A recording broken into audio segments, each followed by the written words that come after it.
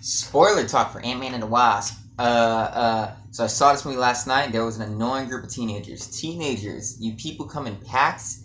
And I was a teenager once, and I think I was one of the good ones. I don't know if teenagers are getting more annoying or I'm getting older.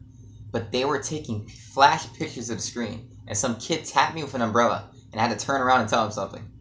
So, if I owned a movie theater, I would ban people under the age of 15 and people over the age of 60. Because old people talk at the screen. Madness. I'll make a video about that one day. Anyways, so I saw Ant-Man and the Wasp. I was very excited for this movie, mainly because I believe Ant-Man is a sidekick type character. I think he should be the Wasp, and then Ant-Man is his sidekick. But I was excited mostly for the Wasp, because I think the Wasp looks very cool. I think her idea is a cooler idea of a character than Ant-Man. I like the fact that she has wings. I like her name better, the Wasp. So that's why I was mostly hyped for this movie. So this movie, there's spoilers. Talking about the whole movie. This movie's premise exists on there's a lab that they have to use to go into the quantum realm to save Hank Pym's wife. Hank Pym's wife went there on a mission to stop like a ballistic missile back in the day that was going to kill 100,000 people. And she went into the quantum realm. And the thing about the quantum realm is once you shrink that size, if you could get lost in there forever. Which does bring me to a flaw that I'm going to point out later on. But they have this laboratory. They shrink it to the size of a suitcase building, which I think was very cool and very funny. And the whole premise is really to get this building. And I thought that was very funny and very cool. A very different type of premise where the object to get the MacGuffin of the film is a tiny building. So that was hilarious to me. And Scott Lang is on his last 3 days of house arrest after the events of Civil War. So he has to not do anything. Well, this guy named Wu, who's hilarious. He's a hilariously awkward character, and they keep having this banter that kills me. Is out to get him. He wants to see Scott fail, obviously. And Scott's daughter, my name is Scott, by the way. So I have a superhero name. But Scott's daughter is supportive of the superhero thing. She wants him to go out there and save people. He inspires her. She wants to be a sidekick, which is cute. But he gets entangled up with the Wasp and Hank Pym again. I keep forgetting her name. Hope. That's her name, Hope. And they're out to go save their mom. Meanwhile, there's another lady who's very cool. She has the coolest suit in all the movies. Next to, who's Thor's sister? Kate Blanchett. Hera something? Whatever her name was. She had an amazing suit.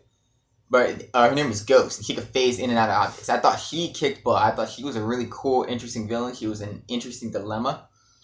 She had the phasing ability, but it never stopped. So at some point, her molecules were just gonna, I guess, dissipate into the air. But she was in a constant state of pain. So she goes, and he's trying to get this building because somehow she's gonna stabilize her molecular structure to stop from phasing. And there's another enemy in this film, is a gang led by Walton Goggins, who's great in this movie. And they're after this because I think they want to sell on the black market, some other classic con man BS.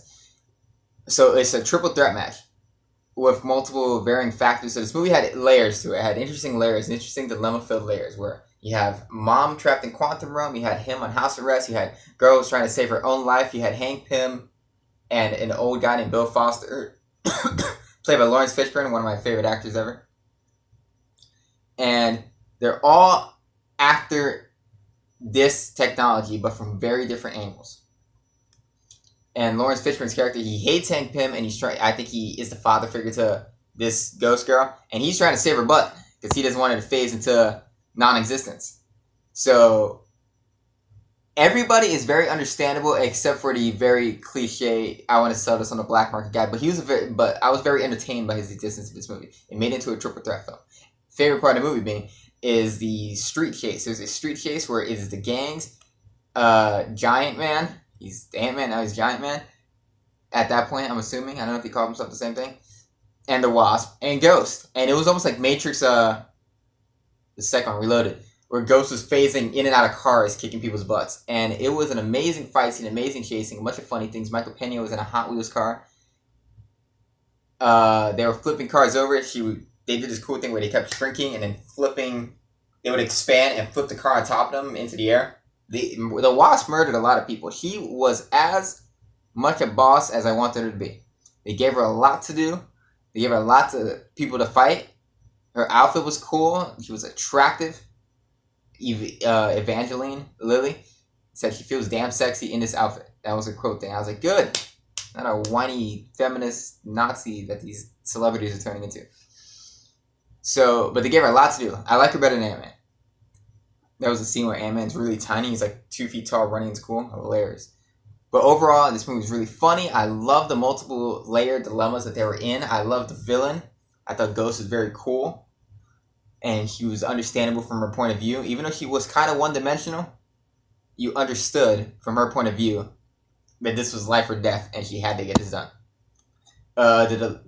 Ant-Man and his daughter was a very cool dynamic that I thought worked very well in the film. Hank Pym and his daughter Hope was a very good dilemma. The only complaints I have in this movie is where it's placed in the MCU, for one, is this should have took place before Infinity War. It feels awkward where it's at, knowing the dark tone of Infinity War and then where this is at. And to do a very, quick cut kind of after credit scene saying, oh, it is after Infinity War, during Infinity War. But it takes place in the same realm of these events are happening at the same time, and it doesn't feel like that at all. Hank Pym goes the giant water scene with the boat is amazing. But that felt very out of place where it takes place. And I don't like the mom. Is Michelle Pfeiffer plays the mom in the movie. And the scene where she touches Ghost's head and she cures her of her problem because the excuse was this place changes you is very just poorly written nonsense. It's we don't need a reason to do something. And it was like Iron Man 2 when they cured his disease. That was an excuse for alcoholism. By giving him a shot in the neck. I was like, whoa, what a cheap way to do it. It was a very cheap way. I was like, that was lame. You cured it by doing nothing. I wish he got cured by the invention or died. And the quantum realm, they don't explain. Are they the size of atoms? Because they're clearly not. They're walking on something. They're walking on like multicolored yellow. So that bugged me. But overall, those are my 2 complaints. I thought the movie was very funny. I thought it was better than the last one. This movie's kind of divisive. My brother didn't like it. My mother didn't like it. Much people have seen the reviews. Some people love it. Some people are just about it. I liked it a lot. I would give it an A-.